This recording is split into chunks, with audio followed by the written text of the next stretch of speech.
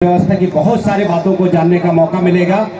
आप लोगों के जोरदार तालियों के बीच में मैं मूल निवासी नायक माननीय वामन मेश्राम साहब, बहुजन क्रांति मोर्चा राष्ट्रीय संयोजक, भारत मुक्ति मोर्चा राष्ट्रीय अध्यक्ष को सम्मान से मंच पर इनवाइट कर रहा हूं।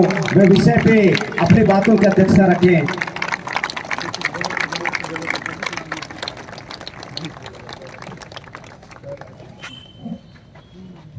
हेलो साथियों, बहुजन क्रांति मोर्चा के द्वारा आज रंजीता स्टेडियम ग्राउंड में जसपुर नगर में ये बड़ा विशाल कार्यक्रम हो रहा है। इस कार्यक्रम में जो विषय चर्चा करने के लिए रखे गए हैं वो विषय है 1931 के बाद ओबीसी की जाति आधारित जनगणना न करना, शिक्षा, नौकरी, पदोन्नति में आरक्षण, राजनीति में हिस्सेदारी न देना, यह भयंकर षड्यंत्र है। एक गंभीर चर्चा, ये विषय एक रखा हुआ है। दूसरा विषय है एक जालिम का विकल्प दूसरा जालिम नहीं हो सकता, अर्थात सभी मजलूमों में इत्तेहाद कायम किए बगैर, अर्थात एकता कायम किए बगैर मुल्क और कौम की तरक्की मुमकिन नहीं हो सकती। ये गंभीर विश्लेषण, ये दूसरा विषय है। तीसरा विषय है SC ST OBC माइनॉरिटी का सत्यानाश का मुख्य कारण पुनः फैक्ट है, गंभीर चर्चा। ये तीसरा विषय हो गया। चौथा विषय है आदिवासियों को संविधान के आर्टिकल 244 में मिले 5वीं अनुसूची विशेषाधिकार क्षेत्र को खत्म करने के लिए डीलिस्टिंग, यूनिफॉर्म सिविल कोड, नए वन अधिकार नियम पारित करना केंद्र सरकार की भयंकर साजिश है। एक विश्लेषण, ये चौथा विषय है। और पांचवा है EVM मशीन को हटाए बगैर स्वतंत्र, निष्पक्ष और पारदर्शी चुनाव नहीं हो सकता। एक गंभीर समीक्षा। ऐसे कई विषय चर्चा करने के लिए लिखे गए। साथियों,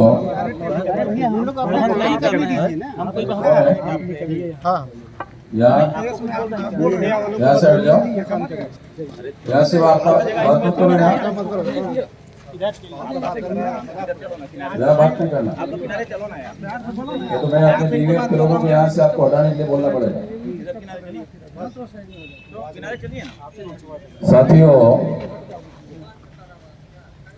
जो विषय यहाँ चर्चा करने के लिए रखे गए हैं उन विषयों के बारे में कुछ बातें मैं आप लोगों के सामने रखना चाहता हूँ। साथियों, आदिवासियों के संबंध में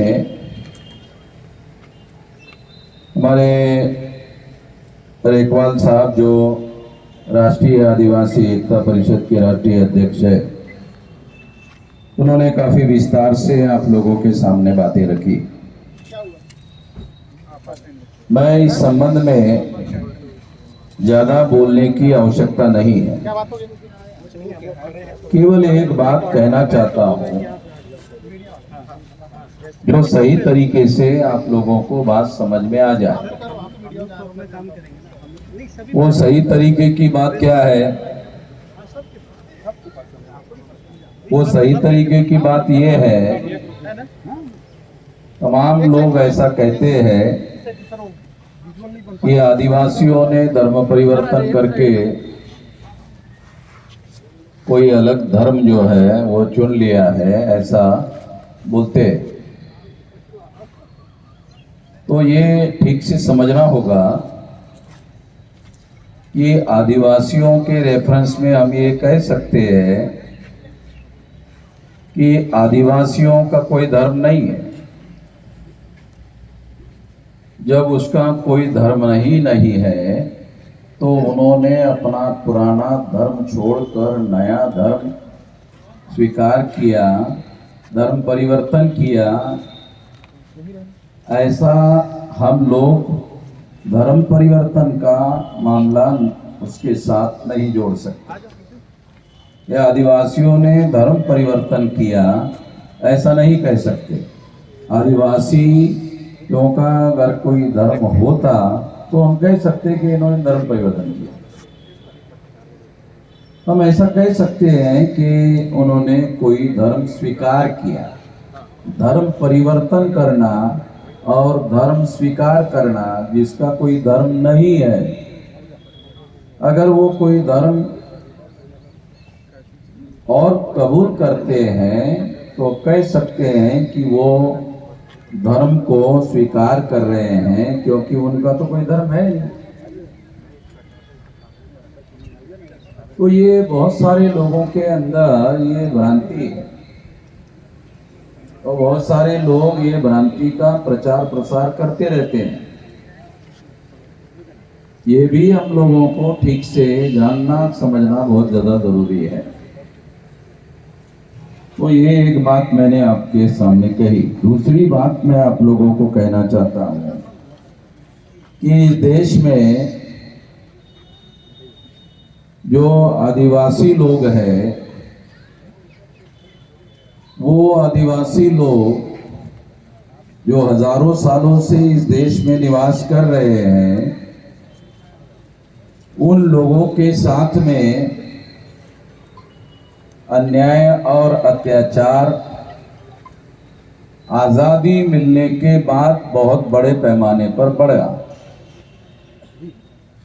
और उस अत्याचार का स्वरूप ये है कि आदिवासियों का जो भौगोलिक क्षेत्र है, उस भौगोलिक क्षेत्र में दूसरे लोगों के द्वारा जब इंक्रोचमेंट होता है तो उनके जमीनों पर कब्जा किया जाता है,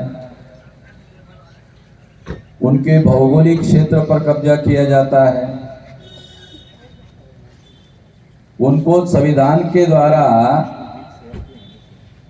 जो पॉलिटिकल रिजर्वेशन दिया हुआ है, जिसके तहत सारे देश भर में मेंबर पार्लियामेंट के तौर पर आदिवासी लोग चुनकर जाते हैं, बहुत सारे देश के विधानसभाओं में एमएलए चुनकर जाते हैं, उन लोगों को संसद में बोलने नहीं दिया जाता, उनको विधानसभाओं में बोलने नहीं दिया जाता। वो एमएलए चुनकर गए हैं, संविधान ने उनको अधिकार दिया, वो सांसद बनकर गए हैं, संविधान ने उनको अधिकार दिया। मगर इस देश में जो पॉलिटिकल पार्टियां जो अपना वर्चस्व कायम करना चाहती है, वर्चस्व बनाए रखना चाहती है, वो पार्टियां उन लोगों को संसद में बोलने नहीं देती। तो ये संवैधानिक अधिकारों के विरोध में आजाद भारत में आदिवासियों के ऊपर सबसे बड़ा अत्याचार है कि उनके इलेक्टेड रिप्रेजेंटेटिव को बोलने नहीं दिया जाता। उनको बोलने के लिए ही संसद में आदिवासी लोग भेजते हैं कि उनका दुख दर्द जो है वो संसद में जाकर बताए, प्रधानमंत्री को बताए, राष्ट्रपति को बताए, देश को चलाने वाले जो लोग हैं उन लोगों को बताने का काम करे। मगर उनको संसद में बोलने ही नहीं दिया जाता।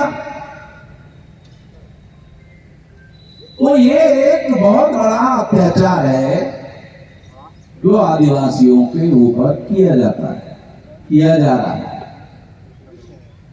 संविधान के आर्टिकल 19 के तहत मौलिक अधिकार है, फंडामेंटल राइट है, हमारे लोगों को राइट और फंडामेंटल राइट का फर्क समझ में नहीं आता।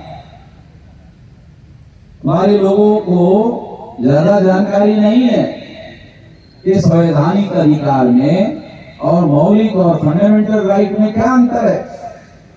तो आर्टिकल 19 जो संविधान ने हमें संगठन बनाने के लिए, हमारी विचारधारा का प्रचार प्रसार करने के लिए, सभा सम्मेलन करने के लिए, इकट्ठा आने के लिए, आंदोलन करने के लिए, ये संविधान के आर्टिकल 19 के तहत मिला हुआ मौलिक अधिकार है, फंडामेंटल राइट है।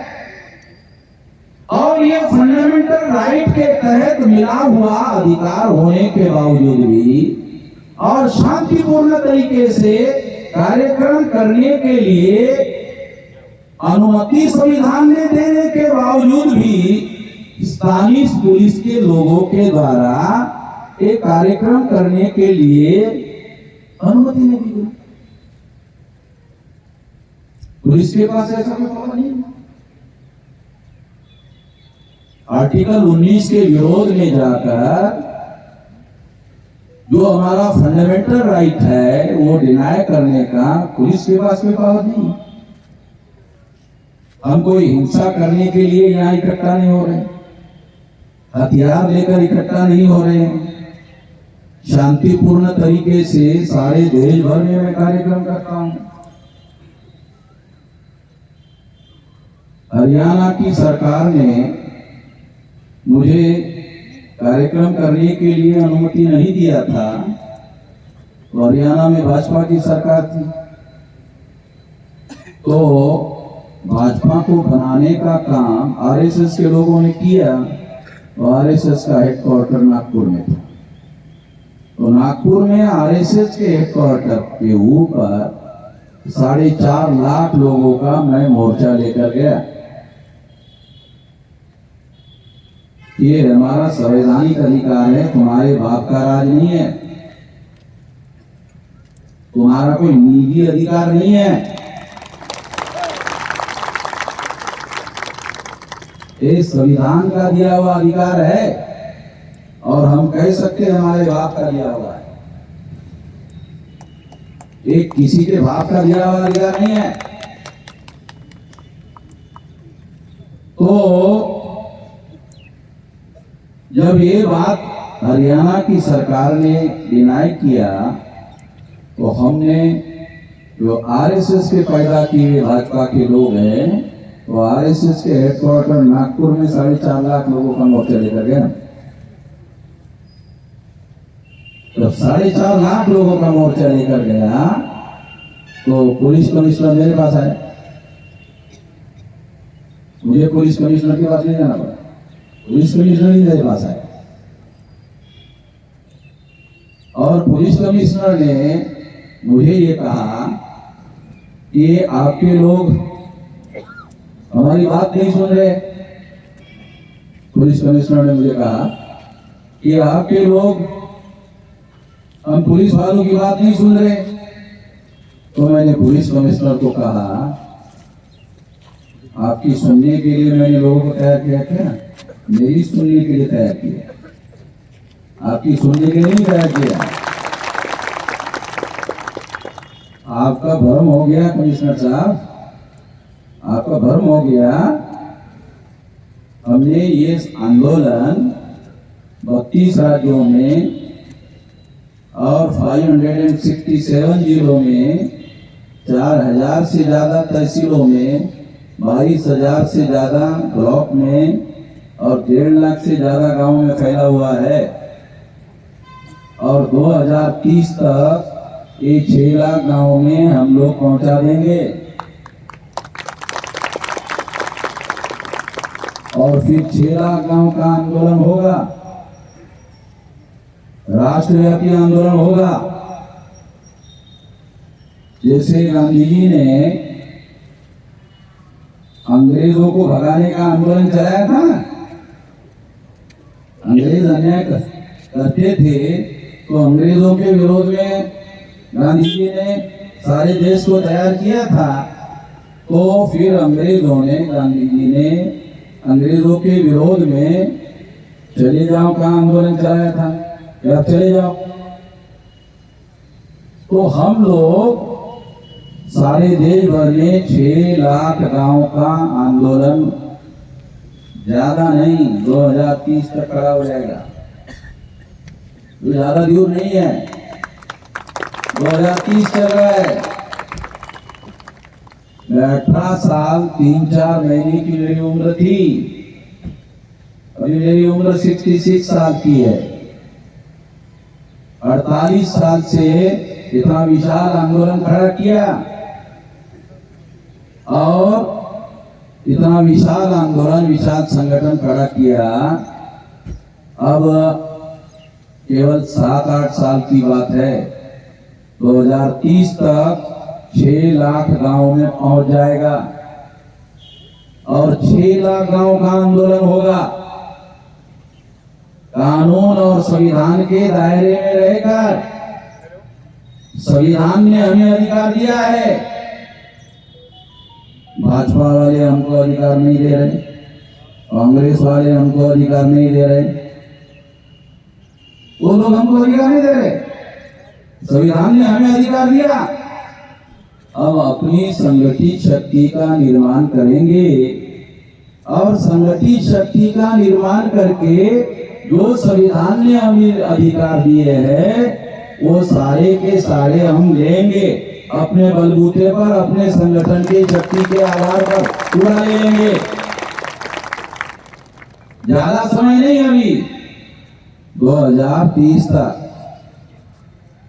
ये बात मैं पुलिस वालों को भी बता रहा हूं, ये बात मैं पुलिस वालों को भी बता रहा हूं, ये बात केवल आप लोगों को नहीं बता रहा हूं, पुलिस वालों को भी बता रहा हूं। अभी 2024 में चुनाव है, और तमाम अपोजिशन पार्टी के लोग बीजेपी को परास्त करने के लिए मेरे पास आ रहे, बड़े बड़े लोग मेरे पास आ रहे। जिन लोगों को पुलिस वाले नमस्कार करते हैं, वो लोग मेरे पास आ रहे। अभी तो चुनाव हुआ नहीं है, होने के बाद सरकार बदल जाएगी, तो पुलिस वालों को मुझे भी नमस्कार करना पड़ेगा। ऐसा हो सकता है, थोड़ा सा ध्यान रखो। लोकतंत्र में 5 साल में देश का एक बार चुनाव होता है, विधानसभा में साल भर चुनाव चलते रहते हैं देश भर में, और जिनके पास सत्ता होती है वो बदलते रहते हैं, वो चेंज होते रहते हैं। जो सत्ता में है वो बदलकर सत्ता के बाहर हो जाते हैं, जो सत्ता के बाहर है वो सत्ता में आ जाते हैं। ये लोकतंत्र है, ये ध्यान रखो, पुलिस वालों को ये ध्यान रखना चाहिए। ये परिवर्तन लोकतंत्र में होता रहता है, ये ध्यान रखना चाहिए। और हम ऐसी कोई बात नहीं कह रहे हैं जो संविधान के विरोध में। हमारे संगठन में ये मेरा लिखित आदेश है, कानून और संविधान के विरोध में जाकर हमारे संगठन में कोई कार्य नहीं कर सकता। जिसने ऐसा किया मैं उसको निकाल देता हूँ, मैं उसको रखता नहीं हूँ। जब संविधान ने सारा का सारा अधिकार हमें दिया हुआ है, तो हमें संविधान के बाहर जाकर करने की क्या जरूरत है? कानून और संविधान के दायरे में रहकर करने से ही सारे के सारे अधिकार हमको मिलते हैं। बल्कि जो लोग कानून और संविधान के विरोध में जाकर काम करते हैं, वो लोग जेल के अंदर होते हैं। तो कानून के दायरे में रहकर हम लोगों को सारे देश भर में काम करना है, ये मेरा आदेश है। तो इसलिए हम ऐसे किसी व्यक्ति को हमारे संगठन में नहीं रखते जो कानून और संविधान के दायरे में रहकर काम नहीं करता है। दूसरी बात साथियों, मैं ये बताना चाहता हूं कि आने वाले समय में, ज्यादा समय नहीं है, आने वाले समय में हम लोग, मेरा एक दिन का कार्यक्रम नहीं, डेली है, 365 दिन के कार्यक्रम में मेरे डेली चलते हैं, सारे दिन मैं एक जगह नहीं रहता हूँ। देशव्यापी संगठन है तो लाखों के कार्यक्रम होते रहते हैं। तो इसलिए ये आने वाले समय में जो 2030 तक का हमने एजेंडा बनाया, मैं चुप कर नहीं रख रहा हूँ, आपको बता रहा हूँ। आपको क्यों बता रहा हूँ? आप भी तमाम जिले से, तहसील से, ब्लॉक से, गांव से आए हैं, तो आप लोगों को भी बताना चाहता हूँ, महिलाओं को भी बताना चाहता हूँ कि आप लोग अपने गांव में जाकर इस आंदोलन का, इस संगठन का झंडा अपने गांव में गाड़ो। अगर आप इस देश में आजादी हासिल करना चाहते हो, 15 अगस्त 47 को उन लोगों को आजादी मिली, हमें नहीं। उन लोगों को आजादी मिली, हमें आजादी नहीं मिली है। हमें बोलने के लिए भी स्ट्रगल करना पड़ता है। ये जो नेचुरल है, राइट है आदमी के बोलने का, इस संविधान में आर्टिकल 19 का, उसके लिए पुलिस के लोग हमें अपना कार्यक्रम करने देने के लिए अनुमति दे रहे हैं। हैरान करने वाली बात है। संविधान के विरोध में जाकर काम करते हैं पुलिस वाले। मैं तो अपने लोगों को बर्दाश्त नहीं करता हूं जो संविधान के विरोध में काम करते हैं। मैं पुलिस वालों को भी संविधान के विरोध में काम करते हैं बर्दाश्त करने के तैयार नहीं हूं। जिन लोगों ने हमें यहाँ कार्यक्रम करने की अनुमति नहीं दी, उस पुलिस अधिकारी के खिलाफ में ज्यादा नहीं, केवल 72 घंटे के अंदर हाईकोर्ट में केस चला जाएगा। ज्यादा नहीं, 72 घंटे में पुलिस अथॉरिटी के खिलाफ में 72 घंटे। मेरे को किसी वकील को पैसा नहीं देना पड़ता, मैं वकील से ही चंदा लेता हूँ। मैं वकील से ही चंदा लेता हूँ।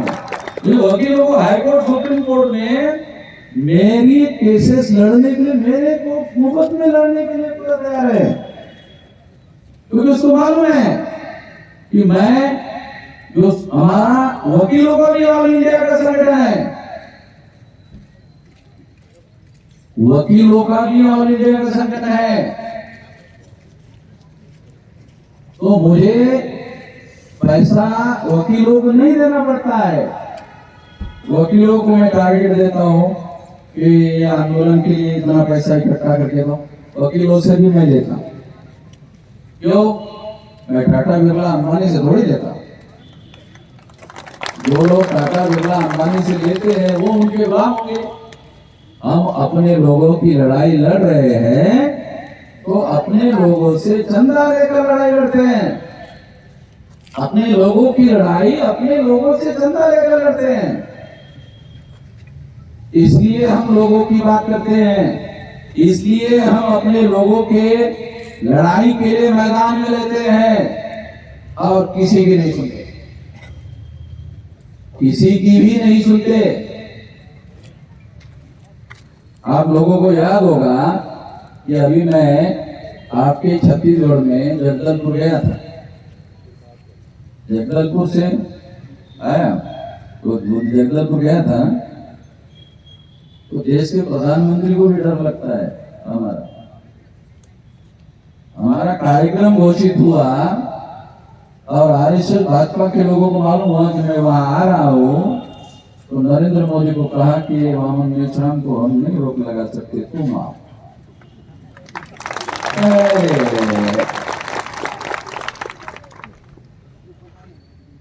उसका कोई कार्यक्रम नहीं था। जगदलपुर में कार्यक्रम घोषित होने के बाद में क्यों डर लगता है? आप लोगों के साथ सहयोग और समर्थन से आंदोलन कर रहे हैं। टाटा बिरला अंबानी के साथ सहयोग समर्थन से नहीं कर रहे, लोगों के साथ सहयोग समर्थन से आंदोलन कर रहे हैं। इसलिए उन लोगों को डर लगता है। साथियों, मैं बहुत ज्यादा लंबी बात नहीं कहना चाहता। मैं आखिरी बात आप लोगों के सामने कहना चाहता हूं। 2024 में मोदी नहीं रहे, ये हमने डिसाइड कर लिया। मोदी को रहने नहीं। जो अपोजिशन पार्टी के लोग हैं वो मेरे पीछे लगे हैं। मैंने उनको अपोजिशन पार्टी के लोगों को मैंने अभी हाँ नहीं कहा कि मैं उनके साथ नहीं, वो मेरे पीछे लगे हुए।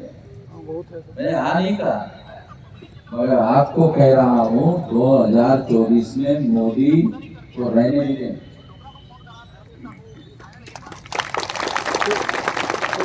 मोदी को हटाएंगे। हमारे पास कितनी ताकत है मालूम? आपको थोड़ा बता दूं हमारे पास कितनी ताकत है।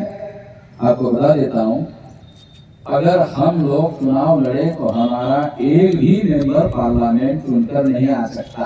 इतनी हमारी ताकत है। आप लोगों को मेरे से ज्यादा कोई सच्चा बोलने वाला आदमी नहीं है। मैं सच बोलता हूं, जितना बोलना जरूरी उतना ही बोलता है। मगर मैं अपना कैंडिडेट जितवाने लायक नहीं हूं, मगर हरवाने लायक। आप लोगों ने आधा सुना था, आधा अभी पूरा कर दिया। मैं एक भी एमपी जितवाने लायक, एक भी एमपी अपना जितवाने लायक नहीं हूं, मगर दूसरों के एमपी को हरवाने लायक हूं। मेरे पास बैलेंसिंग पावर है। मैं जिसके पलड़े में वजन डालूंगा वो चुन रहा है। मेरा वजन जिस पलड़े में डालूंगा वो चुन कर आएगा। और मेरा वजन अब किस पलड़े में रहेगा अभी मैंने घोषित नहीं किया, मगर मोदी के विरोध में रहेगा। ये घोषित कर देता हूं। मैंने इसके पहले नहीं किया ये घोषित, मगर मैं ये घोषित कर रहा हूं। सारे देश भर की हम लोग कम से कम 400 लोकसभा में हम लोग हरवाने की ताकत रखते हैं। ज्यादा नहीं, 543 में से 400 लोकसभा की सीटें हैं जहां हम लोग हरवाने की हमारे पास ताकत है। और पुलिस वालों को भी बोल रहा हूं, वो भी थोड़ा ध्यान रखे।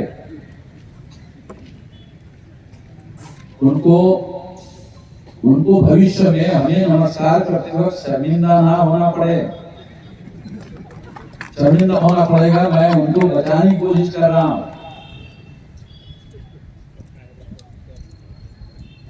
साथियों,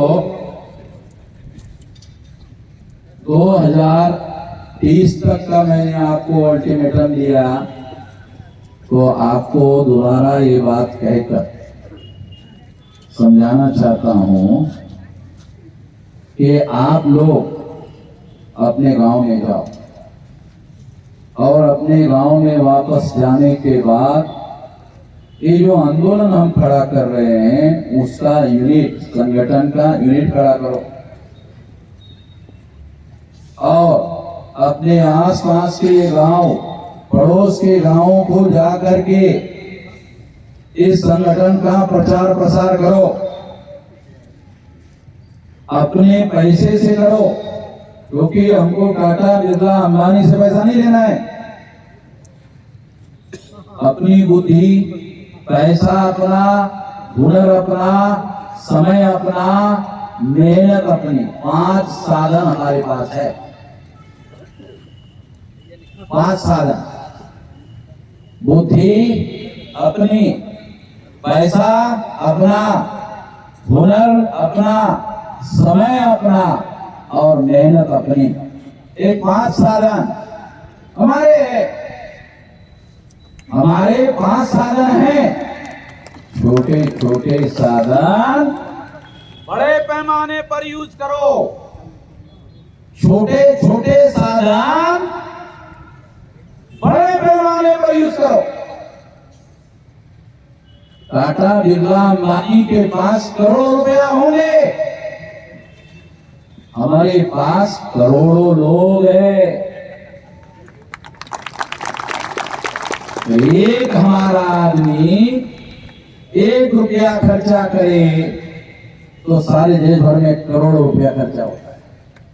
1 घंटे का समय अगर हमारा कार्यकर्ता लगाए करोड़ों घंटे हो जाते हैं।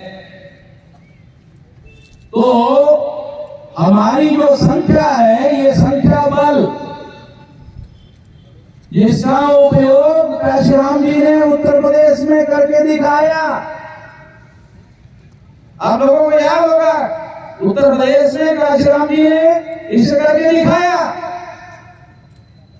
उस समय संगठन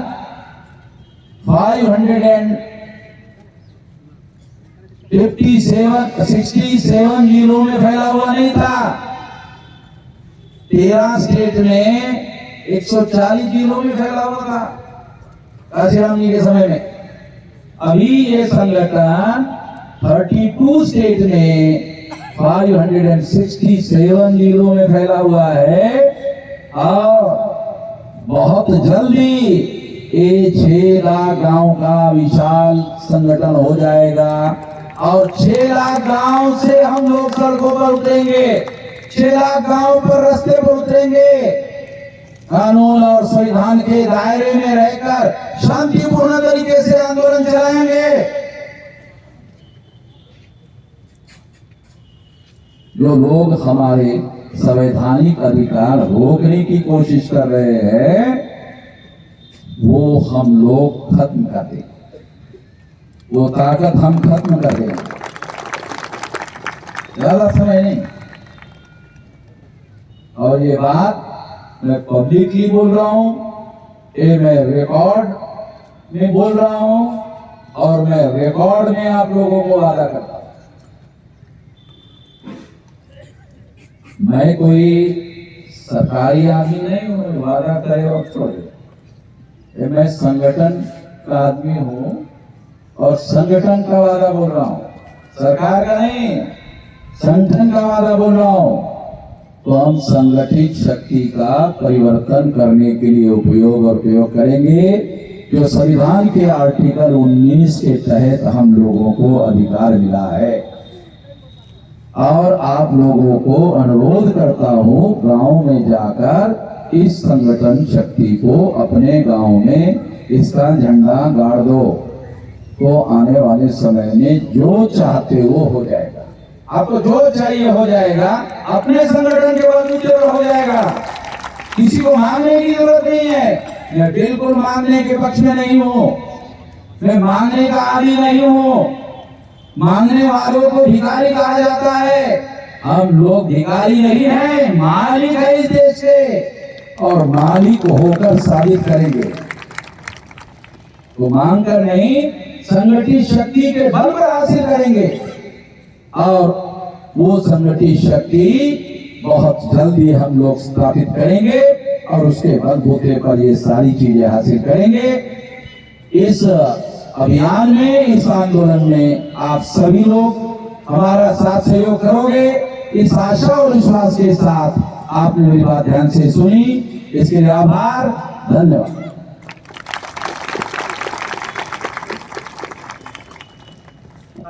बहुत बहुत धन्यवाद मान्यवर मूल निवासी नायक माननीय वामन मेश्राम साहब।